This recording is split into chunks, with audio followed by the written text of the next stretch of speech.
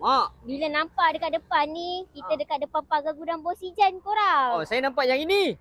Alamak. Yang ini, sir, ni kita nak jelajah satu Malaysia nanti. Oh, tu yang kita tanya Acik. Tempat menarik tadi. Mana tahu kita dapat pergi rumah Acik naik Saya ini. nampak dia tadi dekat FB. Dia apa? Bawa kereta ni. Oh. Siapa? Angel? Cik. Ijan. Bos Ijan bawa saya pada paki-paki je dulu. Tak berani lagi. Alamak. Itulah InsyaAllah nanti lah, mana, Cik. mana tahu nanti dapat pergi rumah Acik naik kereta ni Acik. Mana saya datang rumah Cik. Ni tak bawa ke Cik? Boleh Sama. Terima kasih Cik datang. Cabut macam mana cabut?